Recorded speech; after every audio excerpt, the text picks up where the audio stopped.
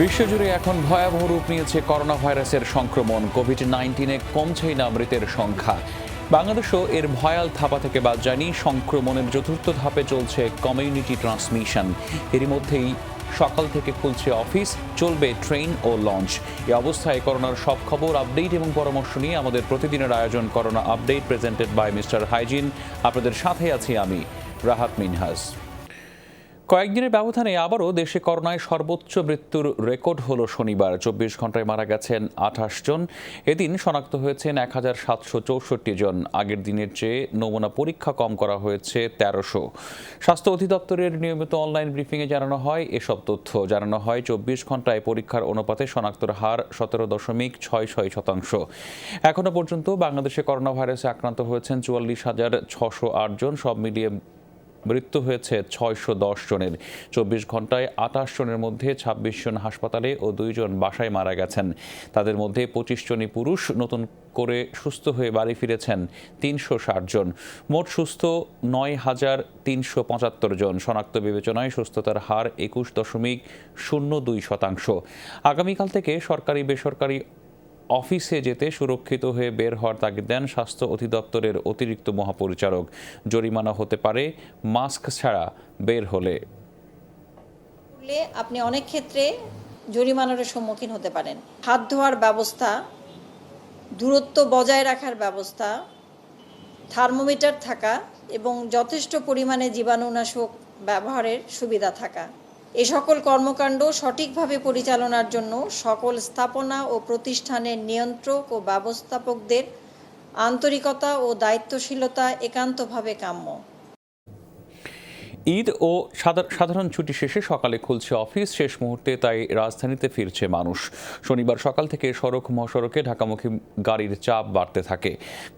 গণপরিবহন বন্ধ থাকায় ভোগান্তিতে পড়েন অনেকেই। ব্যক্তিগত গাড়ি, মোটরসাইকেল, সিএনজি, রিক্সা, মাইক্রোবাসের সংখ্যা ছিল চোখে পড়ার মতো। এই পরিস্থিতিতেও গাড়ি বা সিএনজিতে শেয়ারে গন্তব্যস্থলে গেছেন কেউ কেউ, যার ফলে মানা যাচ্ছে না শারীরিক দূরত্বের বিষয়টি। পুলিশ বলছে, লকডাউনের সময় স্বাস্থ্যবিধি মানাতে যেরকম তৎপরতা ছিল, এখনও সেই তৎপরতা অব্যাহত থাকবে।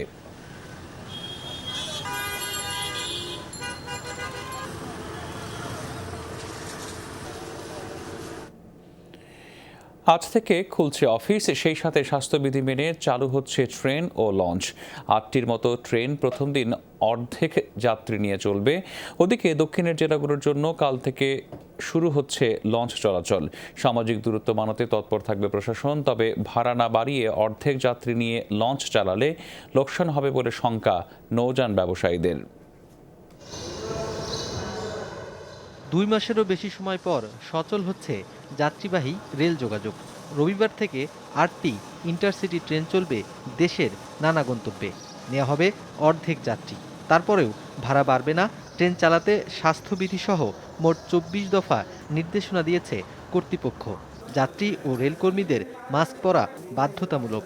সুবর্ণ এক্সপ্রেস যদি ঢাকা থেকে চট্টগ্রাম যাতায়াত করে, সোনার বাংলা এক্সপ্রেস যদি ঢাকা চট্টগ্রামের মধ্যে যাতায়াত করে, এই দুটি ট্রেন, এছাড়াও কালনী এক্সপ্রেস যেটা ঢাকা সিলেটের মধ্যে যাতায়াত করে, পঞ্চগড় এক্সপ্রেস যেটা ঢাকা থেকে পঞ্চগড় বীর মুক্তিযোদ্ধা সিরাজুল ইসলাম স্টেশন পর্যন্ত যাতায়াত করে, বনলতা এক্সপ্রেস ট্রেন যেটি ঢাকা রাজশাহীর মধ্যে যাতায়াত করে, লালমনিরহাট এক্সপ্রেস যেটা ঢাকা লালমনিরহাটের মধ্যে যাতায়াত করে। আমরা আগামীকাল থেকেই এটি চালু করছি। সদরঘাট লঞ্চ টার্মিনালেও স্বাস্থ্যবিধি ও সামাজিক দূরত্ব মানাতে কর্তৃপক্ষের চেষ্টা। রবিবার থেকে সীমিত আকারে চলবে লঞ্চ। ভাড়া থাকছে আগের মতো, তোলা যাবে না গাদাগাদি করে যাত্রী। স্বাস্থ্যবিধি মানাতে তৎপর থাকবে নৌ পরিবহন কর্তৃপক্ষ। আজকে রাত্রির ভিতরে সিদ্ধান্ত দিবে, তারপরে কালকে সারা দেবে। কালকে সারাদিনে প্রস্তুতি নেবে। কালকে থেকে লঞ্চ চলবে, কিন্তু আমাদের যে একটা সিন্ডিকেট প্রথায় চলে আর কি। লঞ্চগুলো এক একটা কোম্পানির দৈনিক 3টা করে লঞ্চ চলে। সেই হিসাবে আমাদের শিডিউল হচ্ছে 1 তারিখ। আর কালকে চলবে আপনার সাত্তার খান আছে, আওলাদ আছে, আর আরেকটা লঞ্চ আছে রাসেল নাকি, ওইটা 3টা কালকে যাবে আর কি। তবে ভাড়া না বাড়িয়ে লঞ্চ চালালে লোকসানের আশঙ্কা করছে মালিকপক্ষ। নুরনবী সরকার, যমুনা নিউজ, ঢাকা। এদিকে করোনা দুর্যোগের মধ্যে বাস ভাড়া বাড়ছে 80%। অবশ্য এটিকে ভাড়া বাড়ানোর বদলে পরিচালনা ব্যয়ের সাথে সমন্বয় বলে উল্লেখ করেছেন বিআরটি এর চেয়ারম্যান। তিনি বলেছেন, স্বাস্থ্যবিধি পরিপালনের ক্ষতি পোষাতে এই সুপারিশ করা হয়েছে। স্বাভাবিকভাবেই এই সিদ্ধান্তে খুশি নন যাত্রীরা।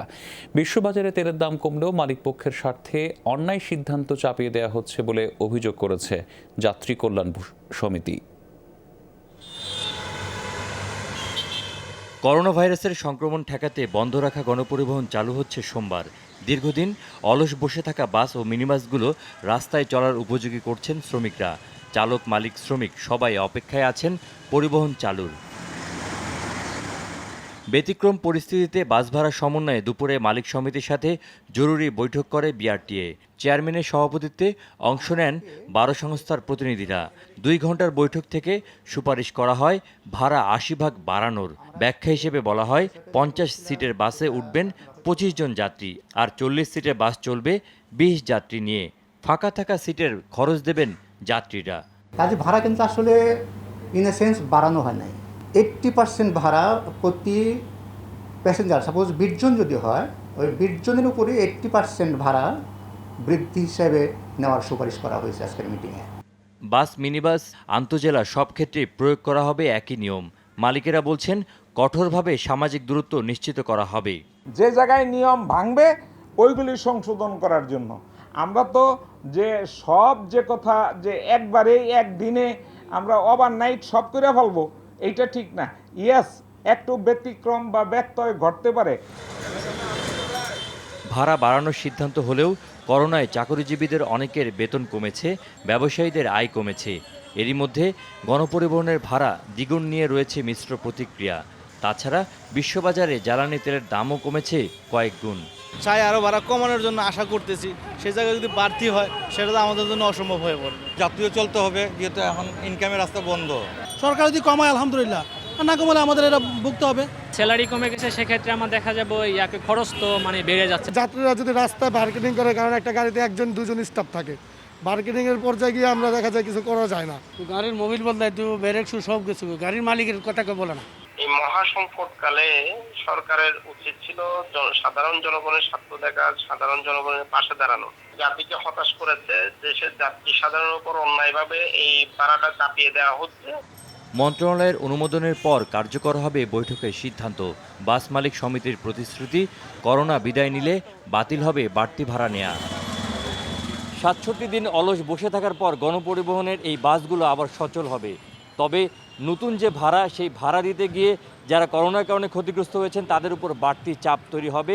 আর অন্যদিকে বাস মালিকরাও তারা চাইবেন যে সামাজিক দূরত্ব নিশ্চিত করতে তাদের যে ক্ষতি হচ্ছে সেই ক্ষতিটা পুষিয়ে নিতে। এখন এই দুয়ের মধ্যে সমন্বয় করাটাই সবচেয়ে কঠিন চ্যালেঞ্জের। নাজমুল হোসেন, যমুনা নিউজ, ঢাকা। ঘনবসতির এই ঢাকা শহরে ভাড়া বাড়ালেই কি স্বাস্থ্যবিধি নিশ্চিত করা যাবে? এ এক বিরাট প্রশ্ন। মালিকরা বলছেন, নির্দেশনা মেনে সীমিত গণপরিবহন চালানো অসম্ভব নয়। আর বিশ্লেষকরা বলছেন, এটি বিরাট চ্যালেঞ্জ। মাঠে তৎপর থাকার কথা জানিয়েছে পুলিশ। সহকর্মী ইব্রাহিম খলিল জানাচ্ছেন বিস্তারিত। স্বাভাবিক সময়ই গণপরিবহনের জন্য ভোগান্তি পোহাতে হয় নগরবাসীকে। অধিকাংশ বাস চলে ধারণ ক্ষমতার অতিরিক্ত যাত্রী নিয়ে।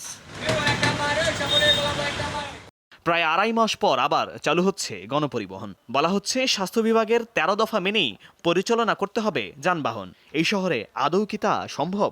একটা গাড়িতে যদি 40টা সিট থাকে, সেই ক্ষেত্রে আমি যদি প্রতি সিটে একজন করে যাত্রী বসে, তাহলে আমি অর্ধেক যাত্রী পরিবহন করতে পারবো। সেই ক্ষেত্রে একটা সোশ্যাল ডিস্টেন্স, যেটা অন্যান্য দেশে একটা সিট পরপর বাদ দিয়ে যাত্রী পরিবহন চালু হয়েছে। পায়ের নিচের যে জীবাণুগুলি আছে, এগুলির জন্য আমরা একটা ট্রে রাখবো এবং ওর মধ্যে ওই সালার চট দিয়ে ওটা জীবাণুনাশক দিব। ওটা পারিয়ে তারপর গাড়িতে উঠতে হবে। সব ধরনের অফিস আদালত যেখানে খুলে যাচ্ছে, তার মানে আমরা ধরে নিচ্ছি যে সবাই বাড়ির বাইরে যাবে এবং এই যাতায়াতের জন্য তারা যখন যানবাহনটি ব্যবহার করতে যাবে এবং যানবাহনের সংখ্যা তুলনামূলক কম থাকলে সেখানে আরও গাদাগাদি বা ভিড় লেগে যাওয়ার সম্ভাবনা রয়েছে। মুখের কথায় নয়, দূরত্ব বজায় রাখা বা অন্যান্য বিষয়গুলো নিশ্চিত করতে হবে মাঠে। সেক্ষেত্রে নজরদারির উপর নির্ভর করছে সব।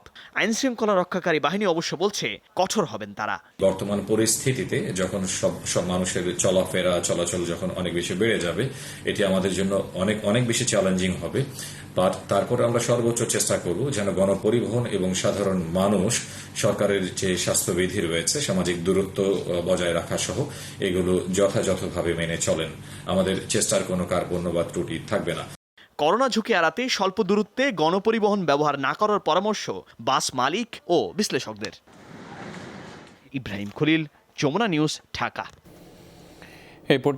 এই পর্যায়ে ইউরোপের করোনা পরিস্থিতি আমরা জানতে চাই সরাসরি। এখন যোগ দিচ্ছেন ফ্রান্স থেকে আমাদের সহকর্মী আবু তাহির।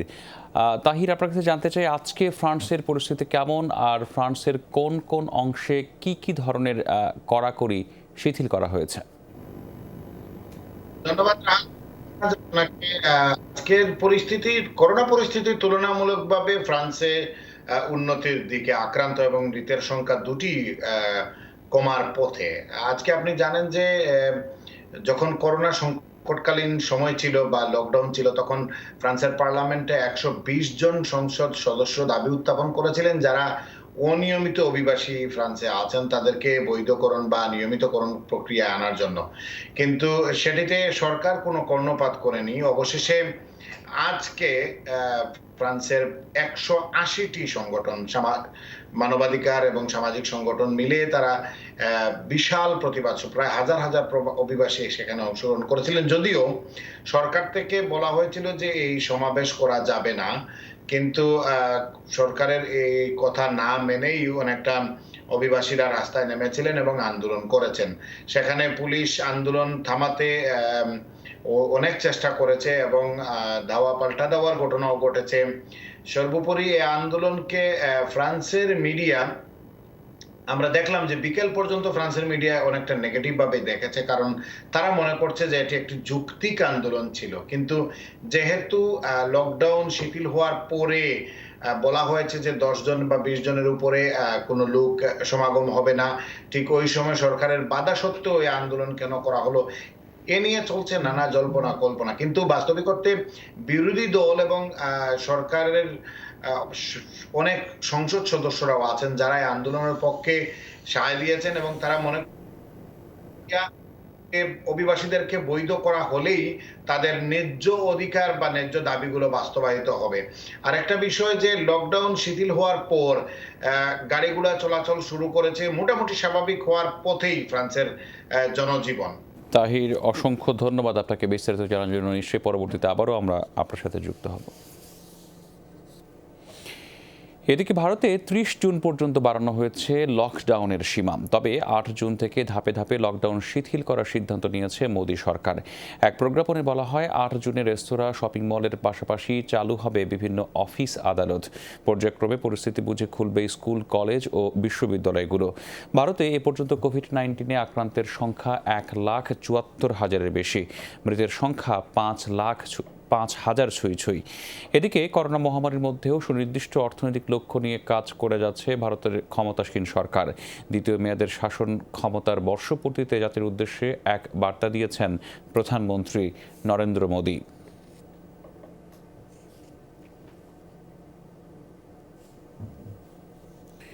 এই পর্যায়ে যুক্তরাজ্যের করোনা পরিস্থিতি জানাতে আমাদের সাথে যুক্ত হচ্ছেন সহকর্মী সৈয়দ সাদেক আহমেদ। সাদেক, আপনার কাছে জানতে চাই, ইউরোপের অন্যান্য দেশের তুলনায় ব্রিটেনের মৃতের সংখ্যা এখনও বেশি। কেন এই পরিস্থিতি এখনও নিয়ন্ত্রণে আনতে পারছে না প্রধানমন্ত্রী বরিস জনসন?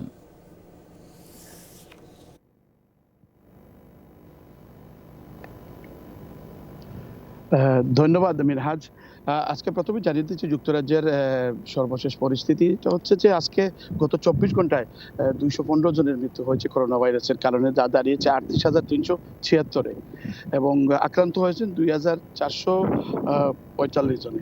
তো আসলে করোনা ভাইরাসের কারণে কেন এই কমছে না, এটার বিশেষজ্ঞরা মনে করছেন যে এই যুক্তরাজ্যেরই অন্যান্য অঙ্গ যেগুলো আছে, স্কটল্যান্ড এবং আয়ারল্যান্ড এবং ওয়েলস থেকেও অনেক বেশি আক্রান্ত হচ্ছে এখানে। এর অনেকটা কারণ হচ্ছে যে আপনি জানেন যে ইংল্যান্ডে এখন অবাধে চলাফেরা করা যায় গাড়ি দিয়ে, কিন্তু এখনও স্কটল্যান্ডে এবং ওয়েলসে আপনি গাড়ি নিয়ে সব জায়গায় যেতে পারবেন না। এবং বিশেষ করে সাগরের যে সাগর পাড়ে মানুষ যেভাবে যাচ্ছে এই যুক্তরাজ্যে, প্রতিটি বিচ অত্যন্ত কোলাহলপূর্ণ, এবং এটা সংক্রমণের আরেকটা কারণ বলে অনেকে মনে করছেন। এবং সরকারকে টু আর্লি অনেক এই যে লকডাউনটা খুলে দেওয়া হচ্ছে, যে স্ট্র্যাটেজি আগামী সোমবার থেকে কিছু খুলবে এবং আগামী 15 তারিখ থেকে সব কিছু খুলে যাবে ম্যাক্সিমাম। তো এটা নিয়ে অনেকেই সমালোচনা করছেন। তো আশা করছেন তারা আরও সোশ্যাল ডিস্টেন্সিং মেনটেনিংয়ে তারা যেন আরও সচেষ্ট হয়, এবং তাহলে হয়তো এই যে হারে বাড়ছে এটা হয়তো আরও কমতে পারে। অসংখ্য ধন্যবাদ সৈয়দ সাদেক এ বিষয়ে বিস্তারিত তথ্য জানানোর জন্য। দর্শক, আপনারা দেখছেন corona update presented by Mister Hygiene. সময় হলো একটা বিরতির, ফিরছে একটু পরে।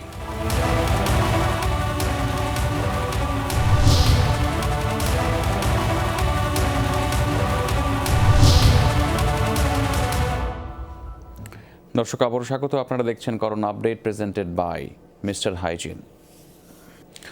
করোনাকালে বদলে যাচ্ছে আকাশপথের যাত্রাও। বিমান ভ্রমণে পানি ছাড়া দেয়া হবে না কোনো ধরনের নাস্তা বা খাবার, বহন করা যাবে না হাত ব্যাগ, 2 সিটে বসতে পারবেন একজন, শরীরে তাপমাত্রা সহ 3টি বিষয় লিখিত দিয়েই উঠতে হবে প্লেনে। সোমবার থেকে ঢাকাসহ 4টি বিমানবন্দরে নতুন রূপে স্বাস্থ্য ব্যবস্থাপনায় শুরু হচ্ছে অভ্যন্তরীণ রুটের যাত্রী পরিবহন। আরও জানাচ্ছেন আবদুল্লাহ তুহিন, ক্যামেরায় ছিলেন আবদুল্লাহ আল নোমান। শুধু বিমানের ভেতরেই নয়, বিমানবন্দরেও বদলে যাচ্ছে চিরচেনা পরিবেশ। প্রবেশের পর চেক ইনে গায়ে গায়ে লাগা দীর্ঘ লাইন, স্বজনদের জটলা কিংবা নানা কারণে অপেক্ষমান যাত্রীদের ভিড়, এসব কিছুর হয়তো আর দেখা মিলবে না বিমানবন্দরে। মাস্ক ছাড়া ঢুকতেই পারবেন না যাত্রীরা। সাবান দিয়ে হাত ধুয়ে বা স্যানিটাইজার দিয়ে জীবাণুমুক্ত হয়েই প্রবেশ করতে হবে টার্মিনালে। ভেতরে চেক ইন কাউন্টারের আনুষ্ঠানিকতার ক্ষেত্রেও থাকবে সামাজিক দূরত্ব। অপেক্ষার সময় বসতে হবে নির্ধারিত দূরত্ব বজায় রেখে। এসব নিয়ম মেনেই প্রস্তুত বেসরকারি এয়ারলাইন্সগুলো। যাত্রী আকর্ষণ এবং তাদের আশ্বস্ত করতে নেওয়া হচ্ছে প্রয়োজনীয় ব্যবস্থা। ডিপার্চার অ্যারাইভালের মাঝে যে সময়টা আছে, সেই সময়ের মধ্যে এটি ইনফেকশনের পরে আবার সিভিলেশন থেকে সার্টিফাইড হতে হবে। আমরা সেই ধরনের পরিকল্পনা নিয়েছি। প্যাসেঞ্জার এবং ক্রুদের জন্য যে মাস্ক, হ্যান্ড গ্লাভস সহ আদার যে যত প্রোটেকশন আছে, সেই ধরনের যা ধরনের ইনস্ট্রাকশন আছে সেভাবে আমরা অলরেডি নিয়ে রেখেছি। উড়োজাহাজের ভেতরে বসতে হবে 2 সিটে একজন, তবে একই পরিবারের সদস্য হলে পাশাপাশি বসতে পারবেন যাত্রীরা। এভাবে প্রায় অর্ধেক খালি রেখেই চলতে হবে এয়ারলাইন্সগুলোকে। সম্পূর্ণ হেলথ যে রেগুলেশনটা সেটা মেনটেন করেই শুধুমাত্র এই আকাশপথে যাতায়াতটাই সম্ভব। চিন্তার কারণ আছে, আমরা সব কিছু বিবেচনায় অর্থনীতি সচল হতে হবে, এয়ারলাইনেরও সার্ভাইভেলিটির প্রশ্ন আছে, সব কিছু বিবেচনায় আমি মনে করি এই মুহূর্তে ফ্লাইট অপারেশন শুরু করা ভালো একটা সিদ্ধান্ত। কঠোর স্বাস্থ্যবিধি মেনে আপাতত ঢাকা থেকে চট্টগ্রাম, সিলেট ও সৈয়দপুরে যাতায়াত করবে সরকারি বেসরকারি এয়ারলাইন্সগুলো। নতুন নিয়মে বাড়তি ভাড়া গুনতে হবে যাত্রীদের। আমরা দ্বিগুণ করছি। আমি তো বললাম যে স্বাভাবিক সময়ে যে ভাড়াটা ছিল সেই ভাড়ার যে স্ল্যাব, অনেকগুলো স্ল্যাব থাকতো, 2700, 3500, তারপরে 4000, 4500, 5000, 6000 এরকম। তো আমরা ওই যে উপরের দিকে রাত বিটিতে বেসবো, নিচের দিকে এগুলো বেচতে পারবো। করোনা পরিস্থিতির উন্নতি হলে 16 জুন থেকে আন্তর্জাতিক বিভিন্ন রুটে বিমান চলাচল শুরু হতে পারে বলেও জানান বিমানের এমডি। আবদুল্লাহ তুহিন, যমুনা নিউজ, ঢাকা। এদিকে শাহজালাল আন্তর্জাতিক বিমানবন্দরের স্বাস্থ্য সুরক্ষা পুরোপুরি নিশ্চিতের নির্দেশ দিয়েছে বেসামরিক বিমান পরিবহন প্রতিমন্ত্রী মাহবুব আলী। শনিবার সচিবকে সাথে নিয়ে বিমানবন্দরের সার্বিক ব্যবস্থাপনা করে দেখার সময় প্রতিমন্ত্রী এই নির্দেশনা দেন। টার্মিনাল 3-র কাজের অগ্রগতি দেখার পর অভ্যন্তরীণ টার্মিনাল পর্যবেক্ষণ করে মাহবুব আলীর নেতৃত্বে একটি দল। নতুন সুরক্ষা ব্যবস্থাপনা দেখে আরও কিছু নির্দেশনা দেন প্রতিমন্ত্রী। স্বাস্থ্যবিধি মানার ক্ষেত্রে কোনোভাবেই যেন যাত্রীরা হয়রানির শিকার না হন সে বিষয়ে কর্মকর্তাদের সতর্ক করেন তিনি। করোনা সংক্রমণের এপিসেন্টার বা উপকেন্দ্র রাজধানী ঢাকা। সংক্রমণ ও মৃত্যুর হারও সবচেয়ে বেশি। সাধারণ ছুটি শেষে কর্মব্যস্ততা বৃদ্ধি ও গণপরিবহন চালুর ফলে রাজধানীতে সংক্রমণের বড় ঝুঁকি আরও বাড়বে বলে মনে করেন গবেষক আর চিকিৎসকরা। এতে স্বাস্থ্য ব্যবস্থা এবং প্রশাসনও বেশ চাপে পড়বে। বাস্তবতা বিবেচনায় স্বাস্থ্যবিধি এবং সংক্রমণ বিবেচনায় কৌশল ঠিক করার পরামর্শ বিশেষজ্ঞদের। আলমগীর স্বপনের প্রতিবেদন। দেশের অর্থনৈতিক ও প্রশাসনিক কর্মকাণ্ডের কেন্দ্রবিন্দু ঢাকা। করোনা সংক্রমণেও সর্বোচ্চ ঝুঁকিতে প্রায় 2 কোটি মানুষের ঘনবসতিপূর্ণ এই শহর। এখন পর্যন্ত মোট আক্রান্তের অর্ধেকই রাজধানীর, মৃত্যুও বেশি। এই অবস্থায় চালু হচ্ছে সরকারি বেসরকারি অফিস ও গণপরিবহন। এতে রাজধানীতে সংক্রমণ বৃদ্ধির শঙ্কায় চিকিৎসক ও গবেষকরা। অফিস আদালত খুলবে, গাড়ি ঘোড়া চলবে, এই যাতায়াতগুলো যখন বেড়ে যাবে, ঢাকা শহরে এটা একটা বিস্ফোরণের মতো হয় কিনা, এবং যেটা নিউ ইয়র্কে হয়েছে, যেটা অনেক দেশের রাজধানীতে হয়েছে, আমরা যদি নিয়ন্ত্রণ না করতে পারি তাহলে বড় ধরনের সংকট হতে পারে। সেখানে সংক্রমণের সংখ্যা বাড়বে, সেখানে মৃত্যুর সংখ্যাও বাড়বে। করোনা পরীক্ষার 50টি কেন্দ্রের মধ্যে ঢাকায় 26টি, এখানে আইসোলেশন বেড আছে 7,250টি, আর আইসিইউ 218 ও ডায়ালাইসিস বেডের সংখ্যা 106টি। এরপরও বড় চাপে আছে রাজধানীর স্বাস্থ্য ব্যবস্থা। যদি আরো রোগী বেড়ে যায়, প্রথমে আইসিইউতে জায়গাই নেই, তারপরেও হাসপাতালে মাঝারি মানের চিকিৎসা যেটা অর্থাৎ অক্সিজেন নির্ভর, সেই অক্সিজেন আদৌ দেওয়া যাবে কিনা। নানা ধরনের সংকট হবে, সেটা শুধু স্বাস্থ্য ব্যবস্থা নয়, সেটা অর্থনীতির ক্ষেত্রেও হবে, সামাজিকভাবে নানা ধরনের সংকটের সৃষ্টি করবে। রাজধানীতে সংক্রমণের হার বিবেচনা করে কৌশল গ্রহণের পরামর্শ চিকিৎসক গবেষকদের। মানুষের সমাগম হয়, সেই জায়গাগুলো আমাদের প্রথমেই নিয়ন্ত্রণ রাখতে হবে। এর মধ্যে বেশিরভাগ সংক্রমণ আমরা দেখতে পাচ্ছি বাস স্টেশন বা ফেরি বা আপনার ট্রেন স্টেশন। ঢাকায় যে অফিসগুলো আছে বা ফ্যাক্টরি আছে এই ধরনের, বা রেস্টুরেন্ট আছে, সেখানে যেমন ধরেন তাদের জন্য কিছু green card, red card, yellow কার্ডের ব্যবস্থা করা, অর্থাৎ যিনি নিয়ম মানবেন না তাদেরকে হলুদ কার্ড দেওয়া, এবং 2 বার যদি হলুদ কার্ড পায় তাকে রেড কার্ড দিয়ে বন্ধ করে দেওয়া। ঝুঁকি বেশি থাকায় রাজধানীর জন্য আলাদা গাইডলাইনের পরামর্শ দিয়েছেন বিশেষজ্ঞরা। আলমগীর স্বপন, যমুনা নিউজ, ঢাকা। বিশেষজ্ঞদের পরামর্শ উপেক্ষা করে সবকিছু খুলে দিয়ে দেশকে ঝুঁকির মধ্যে ঠেলে দিচ্ছে সরকার, এমন অভিযোগ করেছেন বিএনপির মহাসচিব মির্জা ফখরুল ইসলাম আলমগীর। তার মতে এটি সরকারের ভুল ও দায়িত্বজ্ঞানহীন সিদ্ধান্ত। দলের প্রতিষ্ঠাতা জিয়াউর রহমানের সমাধিতে শ্রদ্ধা নিবেদন শেষে তিনি এই মন্তব্য করেন। বিকালে ভার্চুয়াল আলোচনায় তিনি বলেন, জিয়া মরেননি, তিনি আছেন তার দর্শন আর আদর্শে। ৩৯তম মৃত্যুবার্ষিকীতে বিএনপির প্রতিষ্ঠাতা সাবেক রাষ্ট্রপতি জিয়াউর রহমানের সমাধিতে শ্রদ্ধা জানান মহাসচিব মির্জা ফখরুল ইসলাম আলমগীর। সাথে ছিলেন দলের সিনিয়র নেতারা। পরে মহাসচিব সাংবাদিকদের বলেন, করোনা মোকাবেলায় সরকার পুরোপুরি ব্যর্থ, তাদের ভুল ও দায়িত্বহীনতার ফল ভোগ করছে জনগণ। বিশেষজ্ঞরা পরামর্শ দিয়েছেন যে এখন এই মুহূর্তে একবারে একসাথে খোলা উচিত হবে না সবকিছু। সেক্ষেত্রে তারা তাদের কথা না শুনে তারা সবকিছু একসাথে খুলে দিয়ে আজকে আরো বড় একটা হুমকির মুখে আমরা গোটা জাতি পড়ে গেছি। ফখরুল অভিযোগ করেন, সরকারকে বিএনপি পরামর্শ দিলেও তারা তা গ্রহণ করেনি, উল্টো তিরস্কার করেছে। বিকেলে ভার্চুয়াল আলোচনার আয়োজন করে বিএনপি। অংশ নেন স্থায়ী কমিটির সদস্যসহ সিনিয়র নেতারা। তারা বলেন, মুক্তিযুদ্ধের ইতিহাস থেকে জিয়াউর রহমানের অবদান মুছে ফেলতে ষড়যন্ত্র করছে সরকার। শহীদ রাষ্ট্রপতি জিয়া রহমান স্বাধীনতা ঘোষণা দিয়েছিলেন, দিয়ে এমন একটা বিশাল অপরাধ করে ফেলেছেন যে আওয়ামী লীগের কিছু চিন্তা করে নিয়েছেন। মহানায়ককে আজকে ইতিহাস থেকে মুছে ফেলা বৃহত্তম চক্রান্ত।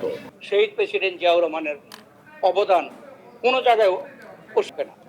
Minus Zia, BNP will be equal zero.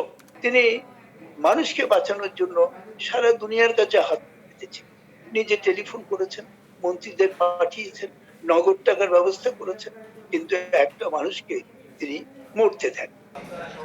Mirza Fakhrul Islam Alamgir বলেন, নৈরাজ্যকর পরিস্থিতির মধ্যে দেশকে টেনে তুলেছিলেন জিয়া। শহীদ প্রেসিডেন্ট জিয়াউর রহমান একটা সম্পূর্ণ বিশৃঙ্খল অবস্থার মধ্য দিয়ে একটা নৈরাজ্যকর পরিস্থিতি থেকে তিনি বাংলাদেশকে টেনে তুলেছেন। বিএনপির মহাসচিবের মতে জিয়াউর রহমান জাতীয়বাদের যে শক্তি বিলিয়ে গেছেন জাতি তা চিরদিন মনে রাখবে। নাজমুল সাইদ, যমুনা নিউজ, ঢাকা। মানবতার ফেরিওয়ালা নামে পরিচিত কাউন্সিলর মাকসুদুল আলম খন্দকার খোরশেদ করোনায় আক্রান্ত হয়েছেন। তিনি নারায়ণগঞ্জের করোনা ভাইরাসে মৃত ব্যক্তিদের দাফনে এগিয়ে এসে দেশ বিদেশে আলোচিত হন। শনিবার বিকালে তিনি নিজের ফেসবুক আইডি থেকে লাইভে এসে করোনা আক্রান্ত হওয়ার বিষয়টি নিশ্চিত করেন। নিজের সুস্থতার জন্য দেশবাসীর কাছে তিনি দোয়া চেয়েছেন। তিনি জানিয়েছেন, নিজে করোনায় আক্রান্ত হলেও তার পরিচালিত দাফন, সৎকার ও টেলিমেডিসিন সেবা অব্যাহত থাকবে। এর আগে 23 মে তার স্ত্রী করোনা ভাইরাসে আক্রান্ত হয়েছিলেন।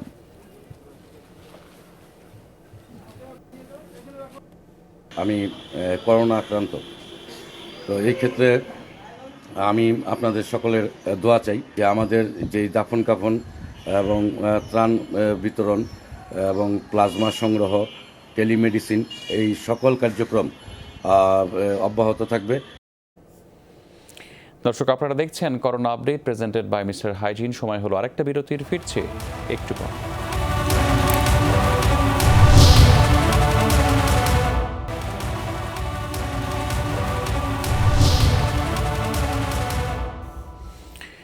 স্বাগত আরেকবার, আপনারা দেখছেন corona update presented by Mister Hygiene. বিশ্বজুড়ে করোনা ভাইরাসে আরও প্রায় 5,000 মানুষের মৃত্যু হয়েছে। মোট প্রাণহানি 3,67,000-এর বেশি, সংক্রমণ 61 লাখ। 24 ঘন্টায় আরও 1.25 লাখের মতো মানুষের শরীরে নতুনভাবে শনাক্ত হয়েছে কোভিড-19। একদিনে আরও 1200-র বেশি মানুষের প্রাণহানি দেখল যুক্তরাষ্ট্র। নতুন করে শনাক্ত হয়েছেন আরও 25,000। মৃত্যুর সংখ্যায় স্পেনকে টপকে গেছে ব্রাজিল। করোনা ভাইরাসে প্রাণহানির দিক থেকে লাতিন আমেরিকার দেশটির অবস্থান এখন পঞ্চম। মারা গেছেন প্রায় 28,000 মানুষ। সংক্রমিত 4,68,000-এর বেশি। এদিকে টানাপোড়েনের জেরে বিশ্ব স্বাস্থ্য সংস্থার সাথে সম্পর্কচ্ছেদ করেছে মার্কিন যুক্তরাষ্ট্র। ট্রাম্পের সাফ কথা, এই তহবিলের অর্থ বিশ্বের অন্যান্য এলাকায় খরচ করবেন তিনি। করোনা ভাইরাস মহামারীর ব্যাপারে উপযুক্ত পদক্ষেপ গ্রহণ করতে পারেনি বিশ্ব স্বাস্থ্য সংস্থা, নেয়নি যথাযথ সংস্কারের উদ্যোগ। এ কারণে WHO-র সাথে সব ধরনের সম্পর্ক ছিন্ন করল যুক্তরাষ্ট্র। বরং সংস্থাটির তহবিলের জন্য বরাদ্দকৃত অর্থ বিশ্বের অন্যান্য এলাকায় খরচ করব। তবে ভাইরাস এবং এটির বিস্তারের বিষয়ে চীনের কাছ থেকে জবাব চাই আমরা। করোনা ভাইরাস মোকাবেলায় ব্যর্থতা এবং মহামারী চলাকালে যথাযথ কাঠামোগত সংস্কারের উদ্যোগ না নেওয়াই WHO-র সাথে সম্পর্ক ছিন্ন করল যুক্তরাষ্ট্র।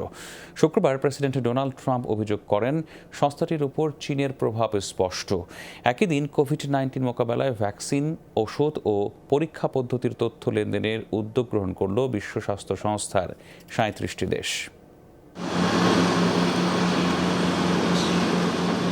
কোভিড-19-এর প্রকোপে প্রাণহানির তালিকায় স্পেনকে টপকে পঞ্চম অবস্থানে উঠে এলো ব্রাজিল। গেল 24 ঘন্টায়ও লাতিন আমেরিকার দেশটিতে শনাক্ত হয়েছে সর্বোচ্চ করোনা রোগী। প্রতিবেশী দেশগুলোতেও প্রাণহানি ঊর্ধ্বমুখী। ধীরে হলেও আগ্রাসন বাড়াচ্ছে ছোঁয়াচে ভাইরাসটি। সংকটকাল উত্তরণে যখন বৈশ্বিক সহযোগিতা জরুরি, সে সময়ে সংস্কারের অভাব আর চীন ঘেঁষা নীতিমালার অজুহাতে WHO-র সাথে সম্পর্ক ছিন্ন করল যুক্তরাষ্ট্র। করোনা ভাইরাস মহামারীর ব্যাপারে উপযুক্ত পদক্ষেপ গ্রহণ করতে পারেনি বিশ্ব স্বাস্থ্য সংস্থা, নেয়নি যথাযথ সংস্কারের উদ্যোগ। এ কারণে WHO-র সাথে সব ধরনের সম্পর্ক ছিন্ন করল যুক্তরাষ্ট্র। বরং সংস্থাটির তহবিলের জন্য বরাদ্দকৃত অর্থ বিশ্বের অন্যান্য এলাকায় খরচ করব। তবে ভাইরাস এবং এটির বিস্তারের বিষয়ে চীনের কাছ থেকে জবাব চাই আমরা। তহবিলের বড় অর্থ যোগানদাতা যুক্তরাষ্ট্র সরে গেলেও মানব সেবায় অটল অবস্থানে বিশ্ব স্বাস্থ্য সংস্থা। একই দিন করোনা মোকাবেলার ভ্যাকসিন, ওষুধের লেনদেনে একক নীতিমালা গ্রহণ করল 37 সদস্য রাষ্ট্র। এক মাস আগে WHO এবং সহযোগীরা দ্রুততম সময়ে কোভিড-19-এর ভ্যাকসিন গবেষণা, উন্নয়ন, উৎপাদন ও সরবরাহের বিষয়ে নীতিমালা গ্রহণ করে। তারই ধারাবাহিকতায় 37টি দেশ এবং বহু সহযোগীরা কোভিড-19 টেকনোলজি অ্যাক্সেস পল বা CTAP-এ যোগদান করল। বিশ্বের এই ক্রান্তিলগ্নে সবচেয়ে বেশি প্রয়োজন একতা। বিজ্ঞান আমাদের সমাধান দিয়েছে, সেসব এখন মানুষের কাজে লাগাতে হবে।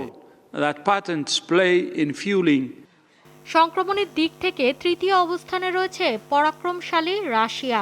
টানা লকডাউন, বিশুদ্ধকরণ প্রক্রিয়া এবং কঠোর স্বাস্থ্যবিধিও আটকাতে পারেনি করোনার বিস্তার। গেল 24 ঘন্টায়ও দেশটিতে 8,500-এর বেশি রোগী শনাক্ত হয়েছে। মৌলি ইসলাম, যমুনা নিউজ। আজ জনসাধারণের জন্য খুলে যাচ্ছে পবিত্র কাবা শরীফ এবং মসজিদে নববী। তথ্যটি নিশ্চিত করেছেন সৌদি আরবের ধর্মমন্ত্রী। বিবৃতিতে তিনি জানিয়েছেন, মসজিদে প্রবেশের সময় এবং সেখানে অবস্থানের কঠোর স্বাস্থ্যবিধি মেনে চলতে হবে। মক্কা ও মদিনা দুটি মসজিদ সাধারণ মুসল্লিদের জন্য খুললেও পরিস্থিতি বিবেচনা করে 21 জুন নেওয়া হবে জামাতের নামাজ আদায়ের সিদ্ধান্ত। এছাড়া রোববার বিশুদ্ধকরণের পর খুলে দেওয়া হবে দেশটির 90,000-এর বেশি ছোট বড় মসজিদ। একই দিন জেরুজালেমেও খুলে দেওয়া হবে পবিত্র আল আকসা মসজিদ। করোনা ভাইরাসের বিস্তার রোধে রমজান মাসের আগে সাধারণ মুসল্লিদের জন্য বন্ধ করে দেওয়া হয় কাবা সহ পবিত্র স্থাপনাগুলো। তবে সেখানকার কর্মকর্তা এবং পরিচ্ছন্নতা কর্মীরা সামাজিক দূরত্ব মেনে আদায় করেন 5 ওয়াক্ত নামাজ ও তারাবি। চালুর একদিন পরই 2.5 শতাধিক স্কুল বন্ধ ঘোষণা করা হয়েছে দক্ষিণ কোরিয়াতে। নতুন করে করোনা ভাইরাস সংক্রমণ বেড়ে যাওয়ায় প্রশাসনের এই সিদ্ধান্ত। খোলার তারিখ পিছিয়ে দিয়েছে রাজধানী সিউলের আরও 117টি স্কুল। বন্ধ হওয়া স্কুলগুলো সবগুলো বুসানে অবস্থিত। দেশটির শিক্ষা মন্ত্রণালয় জানিয়েছে, বুসানে ক্লাস্টার ভিত্তিক সংক্রমণ বেড়ে যাওয়ায় কর্তৃপক্ষের এমন সিদ্ধান্ত। ভাইরাস সংক্রমণ নিয়ন্ত্রণে আসায় গত কিছুদিন ধরে স্বাভাবিক জীবনে ফেরার চেষ্টা করছে দক্ষিণ কোরিয়া। দীর্ঘ লকডাউনের পর কড়াকড়ি শিথিল হয় অনেক ক্ষেত্রে। বুধবার দেশ জুড়ে খুলে দেওয়া হয় স্কুলগুলো। তবে বৃহস্পতিবার 2 মাসের সর্বোচ্চ 79 জন করোনা ভাইরাস শনাক্ত হওয়ার পর আবার সতর্ক হয় প্রশাসন। ব্যাপক হারে নমুনা পরীক্ষা ও কন্টাক্ট ট্রেসিংয়ের মাধ্যমে বিস্তার রোধের চেষ্টা চালিয়ে যাচ্ছে দেশটি। করোনা মহামারীতে নড়বড়ে অর্থনীতির ভিত। বড় সংকটে নারী উদ্যোক্তারা। তারা বলছেন, বাংলা নববর্ষ ও ঈদে বন্ধ ছিল বেশিরভাগ ব্যবসা। তাই সহজ শর্তের ঋণ ছাড়া এই ক্ষতি কাটিয়ে ওঠা অসম্ভব। কর্মীদের ধরে রাখতে দরকার প্রণোদনা। এ অবস্থায় বিশ্লেষকরা অনলাইন ব্যবসায় নারী উদ্যোক্তাদের অভ্যস্ততা বাড়ানোর পরামর্শ দিয়েছেন। গোটা বিশ্বের চিত্র এখন একই ধরনের। প্রতিটি দেশই করোনায় আক্রান্ত। জীবিকা রক্ষায় বিশ্বজুড়ে নেওয়া হচ্ছে লকডাউন শিথিলের উদ্যোগ। বাংলাদেশেও অর্থনীতিতে গতি ফেরাতে চায় সরকার। ইতিমধ্যে ঘোষণা এসেছে সাধারণ ছুটি সীমিত করার। 12 মাসে 13 পার্বণের এই দেশে উৎসব ঘিরে জমে ওঠে ব্যবসা বাণিজ্য, বাড়ে নগদ অর্থের প্রবাহ। কিন্তু এবারের চিত্র বেশ হতাশাজনক। ঈদ উল ফিতরের সময় দোকানপাট সীমিত পরিসরে খোলা থাকলেও তেমন সাড়া পায়নি বিক্রেতারা। পহেলা বৈশাখের সময়ও কেটেছে গৃহবন্দী অবস্থায়। তাই বুটিক সহ পোশাক খাত এবং আনুষঙ্গিক ব্যবসায় বেশ বড় ধরনের ক্ষতির মুখে পড়েছেন নারী উদ্যোক্তারা।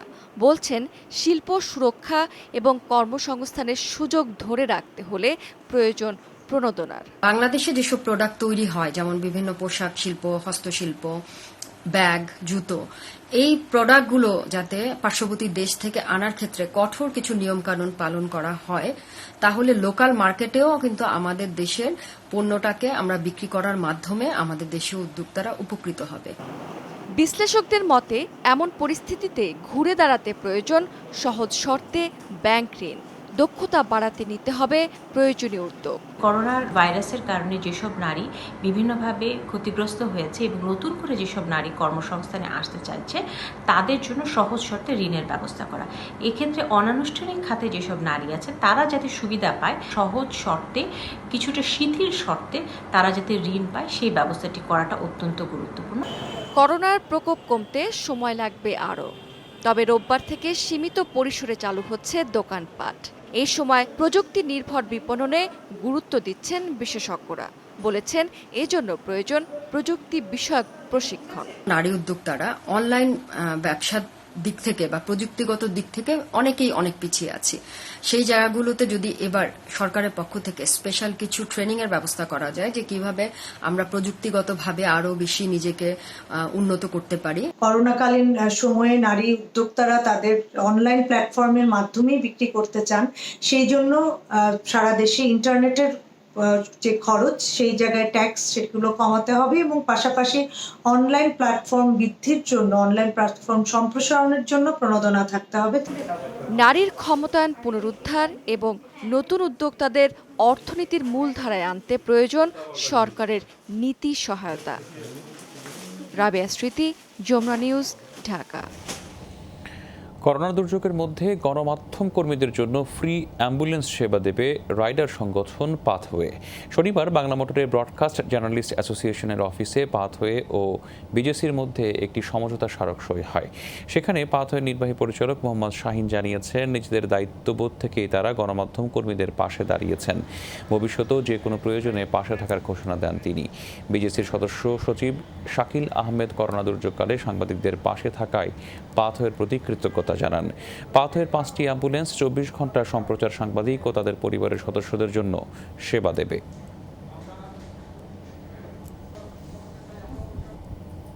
আমরা সবসময় গণমাধ্যম কর্মীদের পাশে ছিলাম, আগামীতে গণমাধ্যম পাশে থাকব। যখনই আমাদের প্রয়োজন হবে তখনই আমরা গণমাধ্যম কর্মী ছুটে যাব, আমাদের সেবকরা সেবা দিবে। কেবল সংগঠন বলে করছেন এরকম নয়, তারা বেটার হিউম্যান। তারা এমন মানুষ আমরা অনেক কম পেয়েছি। তারা আমাদের জন্য 5টা অ্যাম্বুলেন্স ডেডিকেটেড করে রেখেছেন। গণমাধ্যম কর্মী, বিশেষ করে সম্প্রচার সাংবাদিক এবং তাদের পরিবারের সদস্যরা যেখানে আক্রান্ত হবেন, পাথওয়ে অ্যাম্বুলেন্স সার্ভিস তাদের জন্য উন্মুক্ত থাকবে এবং সেবা যখন চাইবো তখন আমরা পাবো। দর্শক, আপনারা দেখছেন corona update presented by Mister Hygiene. সময় হলো আরেকটা বিরতির, ফিরছে একটু পর।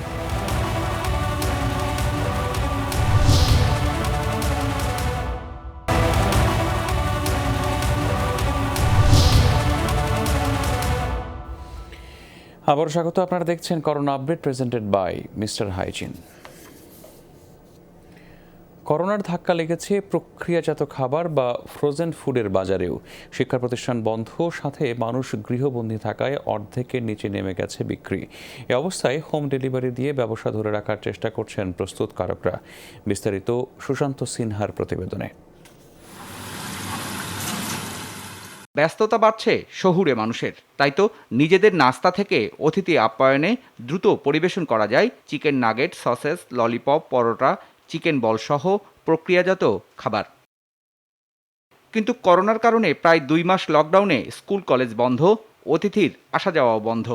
তাই তো অর্ধেকে নেমেছে পোলট্রি, মুরগির মাংসের প্রক্রিয়াজাত 20 থেকে 25 ধরনের প্যাকেটজাত খাবার বিক্রি। দোকানপাট বন্ধ থাকার কারণে আমাদের সেল এটা ড্রাস্টিক্যালি ফল করছে। 60 থেকে 70% সেল ফল করছে, 30% সেল হয়তো আমরা ধরে রাখতে পারছি। শুধু সুপার স্টোরগুলো খোলা আছে, সেখানে কিছু বিক্রি করতে পারছি।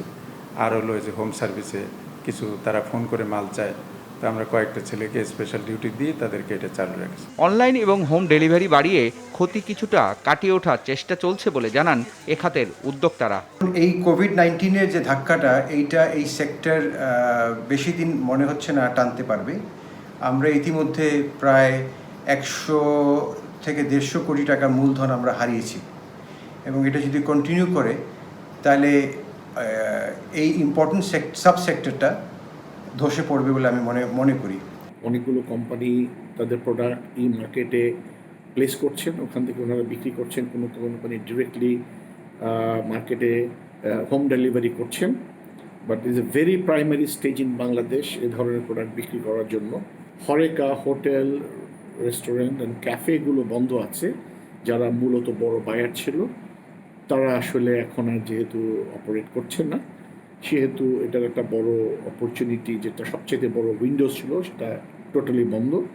প্রক্রিয়াজাত এসব খাবারের গুণগত মান আন্তর্জাতিক মানের হওয়ায় বিশ্ববাজারে রপ্তানির সম্ভাবনাও বাড়ছে বলেও জানান তারা। সুশান্ত সিনহা, যমুনা নিউজ, ঢাকা। এখনও পাইকারদের আনাগোনা নেই মোকামে, প্রস্তুতি নেই আড়তগুলোতেও। এ অবস্থায় চরম দুশ্চিন্তায় নওগাঁর আড়তদার ও বাগান মালিকরা। শফিক ছোটনের প্রতিবেদন। ধান উৎপাদন নিয়ে সুখ্যাতি বহুদিনের, ইদানিং নওগাঁর নামের পাশে যোগ হয়েছে আমের জেলা তকমাও। চলতি মৌসুমে উৎপাদনের লক্ষ্যমাত্রা 3,15,000 মেট্রিক টন। তবে ঘূর্ণিঝড় আমপানে ক্ষতি হয়েছে খানিকটা, গাছ থেকে ঝরে গেছে 7 থেকে 8 ভাগ আম। বাগানীরা বলছেন দুর্যোগ মোকাবেলার পরও গাছে প্রচুর আম আছে, কদিনের মধ্যেই যা শুরু হবে বাজারজাত। কিন্তু দর নিয়ে দুশ্চিন্তায় তারা। যেটুকু আছে শুধু এটুকুর আমরা সঠিক বিপণনের ব্যবস্থা, এটুকু আমাদের দাবি। আগাম জাতের যে আম সেটা অবশ্য পাকতে শুরু হয়ে গেছে আর কি, এখন আমরা বেচতে পারছি না, আড়ত খোলা নেই। টানা লকডাউন থাকায় প্রস্তুতি নেই আম বেচা কেনার আড়তগুলোতে। ব্যবসায়ীরা বলছেন পাইকার আসেনি, এখনো করেননি যোগাযোগও, সাথে সীমিত পরিসরে ব্যাংকিং কার্যক্রমও ভাবাচ্ছে তাদের। করোনা ভাইরাসের কারণে তো আমরা আড়তে ঠিক করতে পারিনি, পাটপত্র নাই, তা আম এবার কি হবে এটা তো আমরা নিজেও বলতে পারবো না। আমার ঘরেই ভাড়া দেওয়া আছে 2 লক্ষ টাকা দিয়ে 3 মাসের জন্য, এখন কোনো পার্টি আসেনি, ফোনও করে না। অবশ্য আম ব্যবসায়ীদের দুশ্চিন্তা করতে বারণ করেছেন প্রশাসনের কর্মকর্তারা। তারা বলছেন বিশেষ পরিস্থিতি বিবেচনায় বাজার ব্যবস্থায় নেওয়া হয়েছে বেশ কিছু পদক্ষেপ। নিরাপত্তার ব্যাপারে আমরা তাদের 100% গ্যারান্টি দিচ্ছি, নিরাপত্তার ব্যাপারটা আমরা দেখবো, অ্যাজ ওয়েল অ্যাজ তারা যেন ভালোভাবে মার্কেটিং করতে পারে। সাপাহারের ওই মার্কেটটিও, আমের বাজারটিকেও আমরা সরিয়ে বড় বিস্তর জায়গায় আমরা করতেছি। মার্কেটিংয়ের ব্যবস্থা করা হবে, অনলাইন প্ল্যাটফর্মে যাতে তারা যুক্ত হয়ে এই ব্যবসাটা করতে পারে সেই ব্যবস্থাটাও কিন্তু আমরা নিচ্ছি। গাছে পাকতে শুরু করেছে আগাম জাতের আম। এরই মধ্যে ঝড় বৃষ্টিতে বেশ খানিকটা ক্ষতি হয়ে গেছে, কিন্তু এখনও যে ফলন টিকে আছে তাতেও খুশি কৃষক। কেবল বাজার ব্যবস্থাপনা গড়ে তোলা গেলেই দুশ্চিন্তা মুক্ত হবে চাষি, স্থানীয় আড়তদাররা। শফিক ছোটন, যমুনা নিউজ, নওগাঁ। করোনা ভাইরাসের প্রভাবে আশঙ্কাজনক হারে কমেছে রেমিটেন্স প্রবাহ। গেল কয়েক মাস ধরে চলা মহামারীতে আরব আমিরাতে কাজ হারানোর শঙ্কায় রয়েছেন কয়েক লাখ বাংলাদেশি। আর যারা কাজ করছেন তারাও বেতন নিয়ে আছেন চিন্তায়। এছাড়া হুন্ডির মাধ্যমে টাকা পাঠানোর প্রবণতা বাড়ায় সরকার বঞ্চিত হচ্ছে রাজস্ব থেকে। বিস্তারিত আরব আমিরাত থেকে মোহাম্মদ রফিকুল্লাহর পাঠানো প্রতিবেদনে। সংযুক্ত আরব আমিরাতে প্রায় 8 লাখ প্রবাসী বাংলাদেশির বসবাস। করোনার কারণে প্রায় অর্ধেক শ্রমিক কাজ হারানোর শঙ্কায়। মহামারীর প্রভাবে কয়েক গুণ কমেছে রেমিটেন্স। এরপরও ব্যাংক সেবায় নানা অব্যবস্থাপনার অভিযোগ প্রবাসীদের। তাদের দাবি দেশে টাকা পাঠানোর পরও যথাসময়ে তা ব্যাংকে জমা হচ্ছে না। এতে বাড়ছে হুন্ডি ও মোবাইল ব্যাংকিংয়ের ব্যবহার। কোভিড-19 কারণে অনেকে এখানে টাকা পাঠাতে পারছে না, যারাও টাকা দিচ্ছে তারাও এখানে হয়রানির শিকার হচ্ছে। দেখেন ওই রেটটা কম, প্লাস ওইখানে টাকাটাও দেরি হচ্ছে এবং সময় মতো জমা হচ্ছে না। ব্যবসা বাণিজ্য তো নাজুক অবস্থা এখন, এরপরেও কিন্তু আমরা চেষ্টা করতেছি যতটুকু পরিবার পরিজন আছে এদের জন্য কিছু রেমিটেন্স দেওয়ার জন্য। এছাড়াও আরব আমিরাতের দিরহামের বিপরীতে বাংলাদেশি টাকার মান কমে যাওয়ায় হতাশ প্রবাসীরা। আগে আমাদের রেট ছিল প্রায় 24 টাকার কাছাকাছি, বাট বর্তমান সময়ে এটা এখন 23 টাকার নিচে চলে আসছে। লিগ্যাল পথে আমরা টাকাটা প্রেরণ করতেছি, কিন্তু বর্তমানে রেট কম হওয়াতে এটা সকল প্রবাসীদের উপর একটা প্রভাব বিস্তার করতেছে, যাতে রেটটা আরও একটু আগের মতো একটু বাড়িয়ে দেয়। প্রবাসী ব্যবসায়ীরা বলছেন এইসব অব্যবস্থাপনা সঠিক তদারকির মাধ্যমে দ্রুত ঠিক করা না গেলে পরিস্থিতি স্বাভাবিক হলেও কমবে রেমিটেন্স প্রবাহ, বাড়বে অবৈধ উপায়ে টাকা লেনদেনের প্রবণতা। অমিত হাসান রবিন, যমুনা নিউজ। করোনা ভাইরাসের প্রকোপের মধ্যে যুক্তরাষ্ট্রে এশিয়ান বংশোদ্ভূতদের উপর বেড়েছে বর্ণবাদী হামলা। নিউ ইয়র্ক সিটির মানবাধিকার বিষয়ক কমিশনার হিসেবে মাত্র 1.5 মাসে 133 জন এশীয় বংশোদ্ভূত নাগরিকের ওপর বর্ণবাদী হামলার ঘটনা ঘটেছে, যা আগের চেয়ে প্রায় 12 গুণ বেশি। অনাকাঙ্ক্ষিত ঘটনা এড়াতে নিউ ইয়র্ক সহ বিভিন্ন এলাকায় বেড়েছে সামাজিক টহল। গেল 19 মে ওয়াশিংটনে দিনে দুপুরে এভাবে হামলার শিকার হন এশিয়ান বংশোদ্ভূত এই দম্পতি।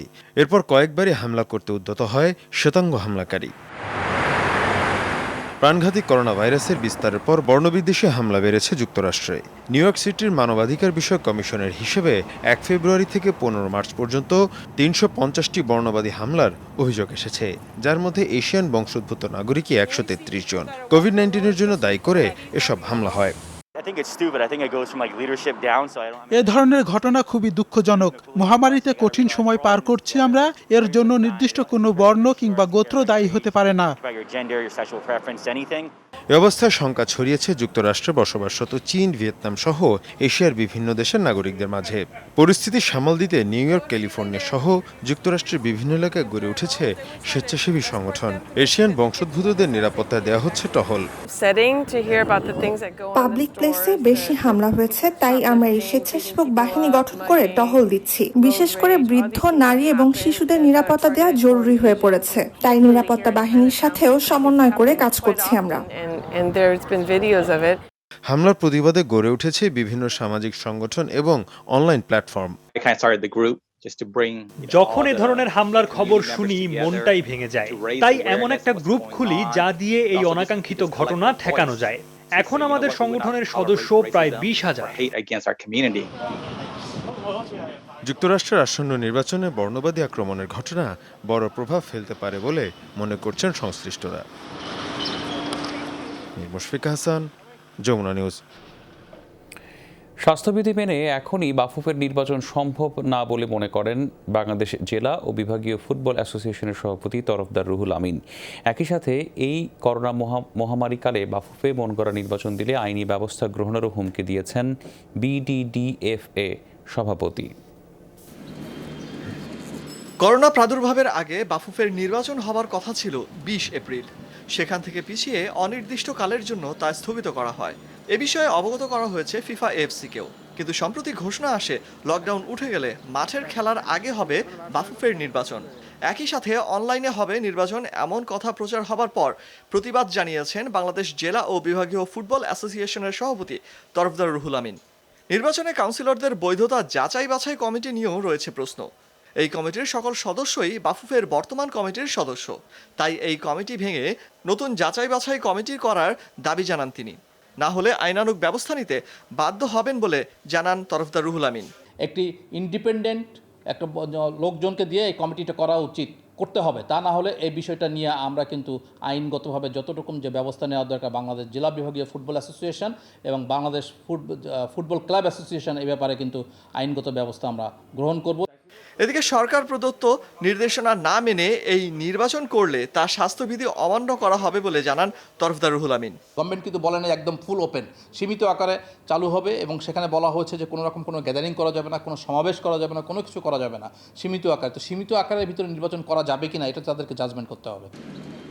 অলক হাসান, যমুনা স্পোর্টস, ঢাকা। এই ছিল corona update presented by Mister Hygiene. এতক্ষণ সাথে থাকার জন্য ধন্যবাদ সবাইকে।